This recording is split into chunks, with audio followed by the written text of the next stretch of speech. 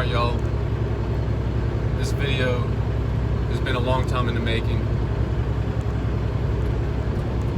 And part of the reason why is because half of me wanted to make a video and half of me didn't. But something tells me that I should. And I've thought about doing this for many years now. And now I'm finally getting around to just coming out with it. Some people need to know this. And I'm hoping that in making this video, it's going to help somebody. And if only one person, then I'm happy with that. But something happened to me back in 2008 that was something that I didn't even think was possible, because I was really naive and I thought that our justice system was just. I think a lot of us have always, or at least one point in life, we thought that America was a just nation, and that, people that go to jail or prison, did something wrong, something bad. Well, unfortunately, that's just not reality in this country. Some of you probably know that we have more prisons and more prisoners than any other nation on the face of the earth. If you didn't know that, well, there you go. I didn't know that at the time. And, that's indicative of just how messed up this nation is with the justice system. Because we're not even the most densely populated nation in the world. We're not even the largest population or largest country in the world, and yet we still have that. But anyway, back in 2008, I was a paratrooper in the 82nd Airborne Division, which was, my exact unit was the 1st Brigade Combat Team, 2504. And I loved that career. The reason I joined was because of 9/11. And I felt in my heart that I had to do something. I was only 12 when 9/11 happened, but in my heart, I felt like I had to avenge those innocent people that lost their lives that day. And back then, I actually believed that the government was telling the truth. I thought that there was some Arabs that stole a plane and flew them into buildings. I refuse to believe that now, especially with all the evidence that points in the opposite direction. But that's besides the point. Back in 2008, I was arrested for a first-degree murder that I did not have anything to do with other than being there. And I ended up serving 8 years, 7 years, 10 months to be exact, for that. And that was in a maximum security prison in North Carolina. So the reason that this happened was because I witnessed somebody I knew. He shot somebody else. 1.25 miles. Keep left to And I-81 I North. never felt right telling on anybody my whole life. I've always believed in minding your own business, and I still believe in that. But I decided not to tell on the guy because the person that got shot was a rapist. And no, it was not the first time that this guy had done something like that. And so I knew both of these guys. Neither one of them were any good, but I was naive back then. I was young, and I thought one of them was a friend. I chose not to tell on him. And when I made that decision, part of me didn't really believe that the United States would ever convict somebody that didn't do anything wrong. Be in And either in my of heart, the two I didn't feel like left I did lanes. anything wrong because I didn't even have anything to do with it. So, to this day, I still don't think it's somebody's responsibility to put somebody else in a cage or to help them get put in a cage. The police have their job, and no disrespect to police officers out there. I do have a lot of respect for most police Continue officers. on Because I'm not one of I-81. those people that actually thinks that all of them are bad. I think the ratio is messed up. I do believe that the majority of police officers are negative, but that's just my belief, and that's based off of what I've seen in my 29 years. So, for all the good ones out there, God bless you. I'm sorry that there's so many people that make y'all look bad in your profession. But I did 8 years for something I didn't even do. And it took me many years to get out of that bitter mind state. And it's still on my record, you know. It when I got out, which was October 3rd, 2016, I came out to a different world because they didn't even have smartphones or Facebook or Bluetooth or Wi-Fi or any of that stuff. I've never even heard of any of that stuff back then. So when I got out, it was like I was an alien. I didn't know how to do hardly anything, and since I got locked up so young, I didn't really have any typical life experience that the average individual would have. You know, I joined the military at 18, so, you know, I didn't really have any workforce experience, and the MOS that I was designated when I was in the military was something that I could not transfer over to civilian life unless I was to become a police officer or maybe some type of bodyguard or something like that. But as a felon, you can't do that, you know, it's obvious. But basically, it was a major struggle, to say the least, and it still is. I don't think that it'll ever go away with the way this nation's laws are and how divided this nation is. You know, you got one half of the country wants people to have a second chance, and then you got another half that absolutely refuses to acknowledge that not everybody is perfect. You know, people do make mistakes. And even though I didn't do the felony that I got locked up for, that doesn't change the way I feel about people that actually did do a crime and get, you know, in trouble for it. I feel like if they've messed up, give them a chance to fix their life. Because people can change. Not everybody will, but at least give them the opportunity.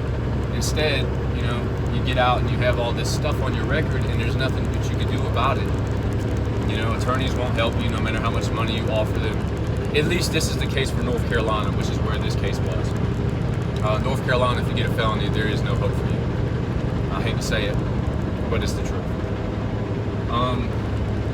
But anyway, I got out and I got into several different types of jobs, and they never really worked out. I did good, and I was, from my employer's own mouths, the best employee they've ever had, but I was only making between $8 and $11.50 an hour for a long time. And when you get out of prison, you can't just start from scratch and you're only making that amount of money. You wouldn't get anywhere unless you had family help or friends help or something like that, which thank God I did. I had family help. And my grandmother and my mother definitely helped me a lot while I was in prison and when I got out, you know. So I feel so bad for some people that they get out and they don't even have that. Because I can't imagine it being any harder than it already was for me. But I'm really worried, and I know this is probably going to sound weird because I'm just changing the subject, but really I'm not. I was trying to get to something. I really feel like we're headed as a nation for a crisis that has not been seen yet. Sure, we've had the Great Depression and, you know, we had the recession of 2008, but really, that's nothing compared to what I think is coming. And all the evidence points to this happening. And some people out there are going to say, well, no, people have been saying this for decades and it still hasn't happened, but that's just it. Stuff doesn't just happen overnight all the time. And things this big take a long time to build. And I do believe that our economy is going to collapse. And I can tell you this nation pretty much is bankrupt. We have trillions of dollars worth of debt. And anybody that knows anything about economics knows that just because it's a corporation or a government or an individual, it doesn't change the laws of economics. They're still the same. So if you and I got into millions of dollars worth of debt, yet we could not pay that money back, what do you think would happen? It's pretty safe to say it would not be good. We would go bankrupt and we would lose everything. Well, when you're talking about a nation, obviously the stakes are so much higher, and it's so big compared to a corporation or an individual. Of course it's going to take a long time for it to build up enough to where it finally collapses. But a lot of people don't realize that we would have already collapsed if we weren't a reserve currency. If the United States was not the reserve currency of the world, I guarantee you this country would have already collapsed. And people say, oh, well, it's just, we're too big, there's too many rich people in this country, it'll never happen. There's so many countries that has happened to that they said the same thing. Argentina, the Soviet Union. I mean, I could go on. There's so many countries. Look what's happening in Venezuela right now. Venezuela is eating zoo animals. That's how bad off those poor people are over there. That some of the people are having to resort to doing such things. It's a shame. But when an economy collapses due to fiscal mismanagement and corrupt politicians, that's what's going to happen. And, maybe some more background from myself is warranted in this. I've already seen this stuff in person. Just, it wasn't an economic issue per se. It was a major storm. I was there during Katrina. I'm from New Orleans. And in New Orleans during Katrina, it was a nightmare. People wouldn't believe, unless they saw it for themselves, just how crazy it was during that time.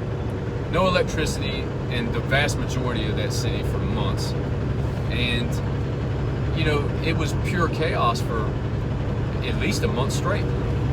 And within just a few days of people not having electricity, and we take that for granted. We don't realize just how much electricity is necessary in our current way of life.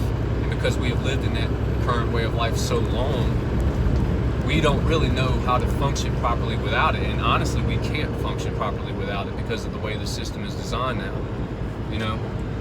You remember how you used to have to look up numbers and addresses and stuff in a phone book? Who do you know does that now? Because I can't think of one person that does that now. And there's a reason for that, because everything has changed.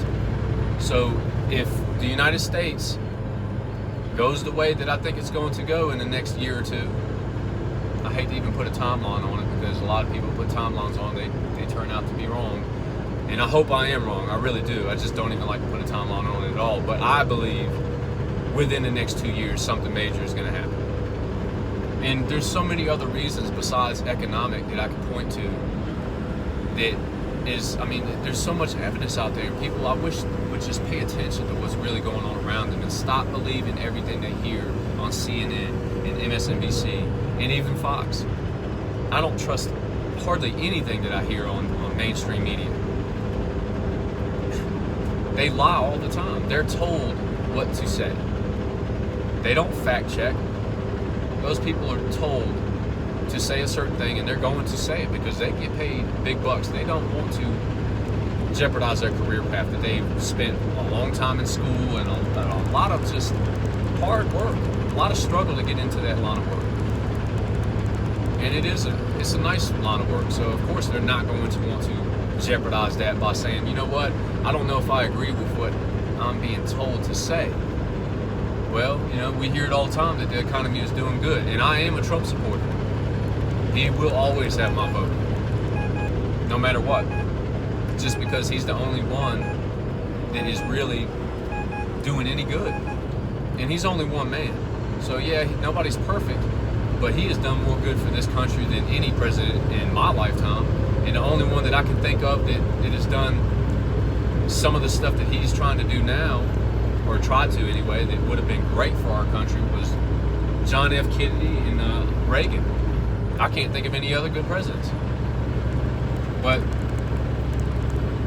I think that people need to wake up and realize they need to get prepared. This is coming from somebody who actually practices what he preaches. I don't say that, just say, oh, let's be doom and gloom, something's probably going to happen. I live this. I have a bug out bag right in the passenger seat right now. In fact, probably get it. I think you can see that right there. So I'm always prepared. And you know what? Some people have told me, well, that's a lot of work to, put all that stuff together, and you probably will never need to use it and all this stuff. I've had to use that stuff that I carry around several times. Traffic accidents and stuff like that, where people were stranded out in the middle of nowhere and I've stopped for. I happen to be the only one around.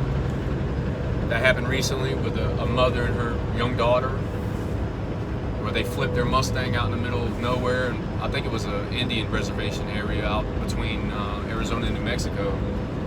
I have first aid kits. I'm trained in how to use that stuff.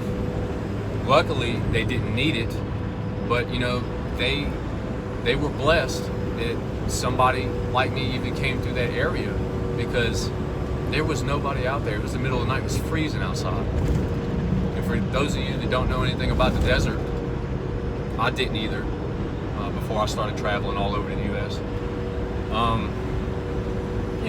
You would think, oh, it's Arizona, it's New Mexico. It's got to be hot year-round. No, it's not. It gets so cold over there you wouldn't believe in some of those areas. So it was probably 20-something degrees when this happened, and this girl was like maybe 30, and she had a really young daughter. Her daughter was probably 10 or something like that. Who knows what would have happened if somebody didn't come through? They could have froze to death. They didn't have anything that would sufficiently keep them warm, and the car was destroyed. I mean, they flipped it over. Their dog didn't make it, unfortunately. There was nothing I could do about that. But you never know when you're going to need any of that stuff. And doesn't it make the most sense to have it and not need it, rather than need it and not have it? I mean, I don't understand how people can argue that.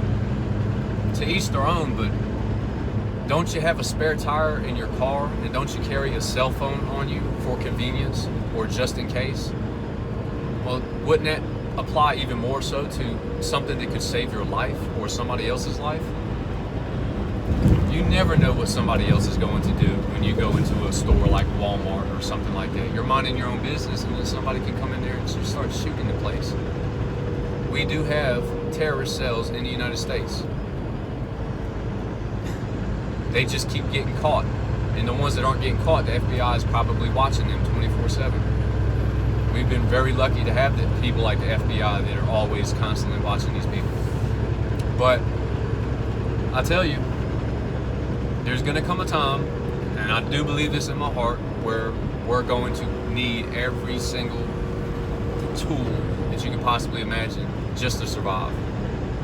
And it's so sad, because the vast majority of people are not prepared. And most of us are living paycheck to paycheck.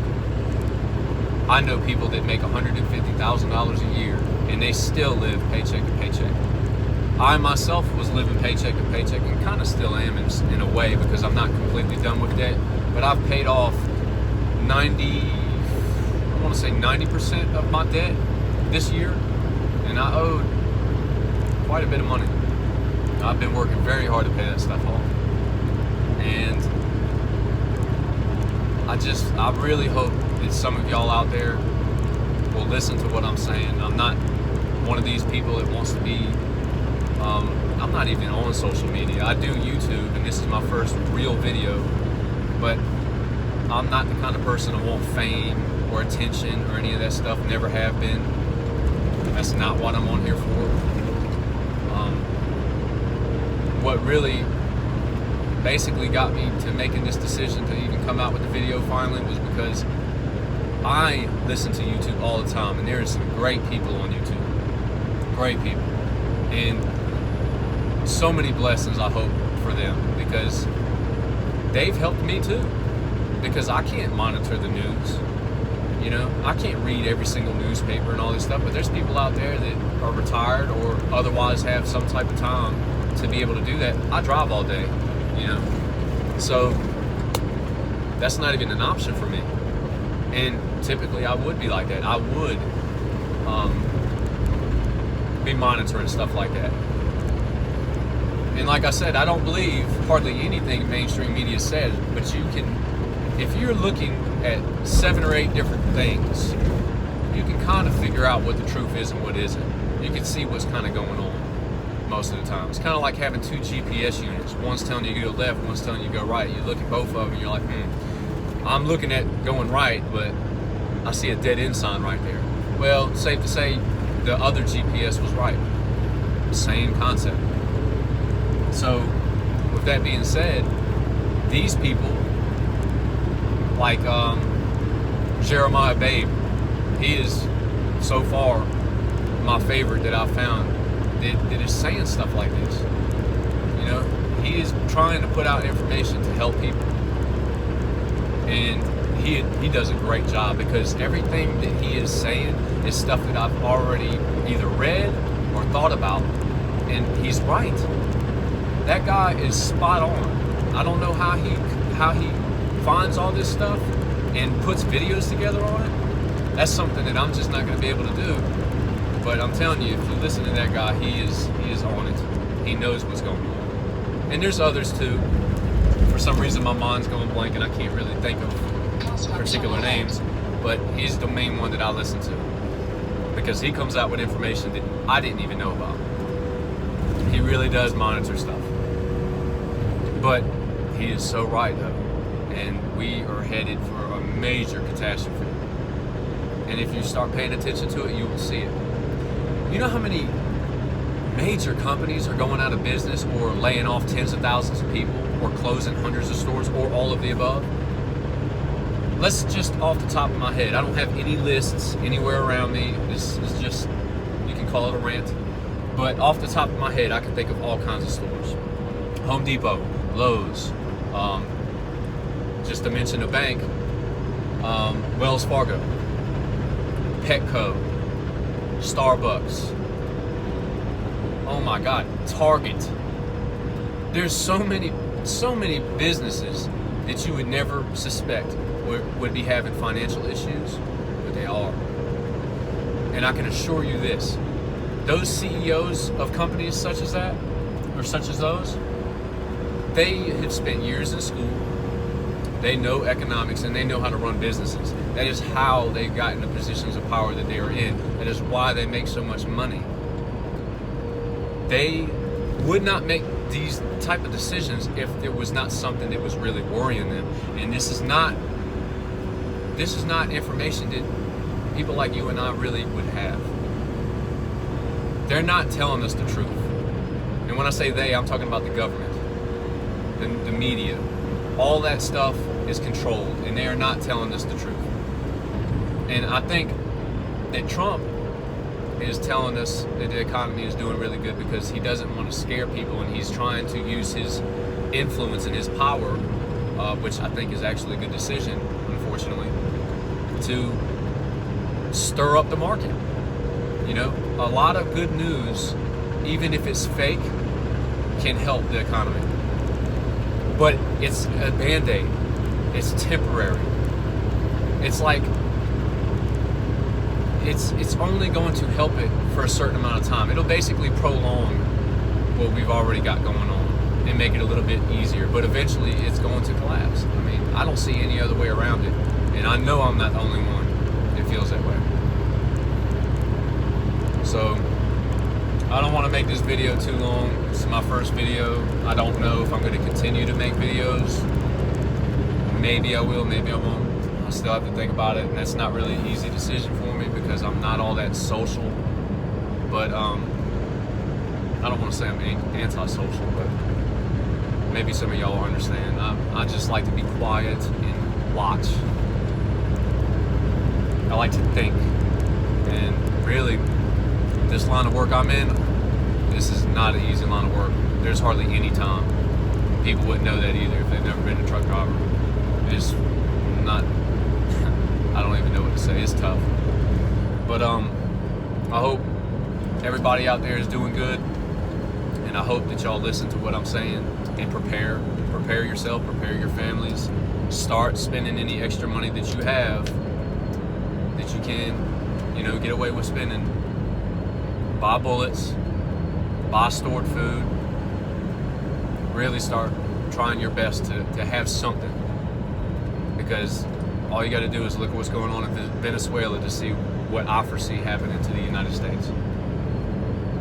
anyway, y'all, God bless. Take care.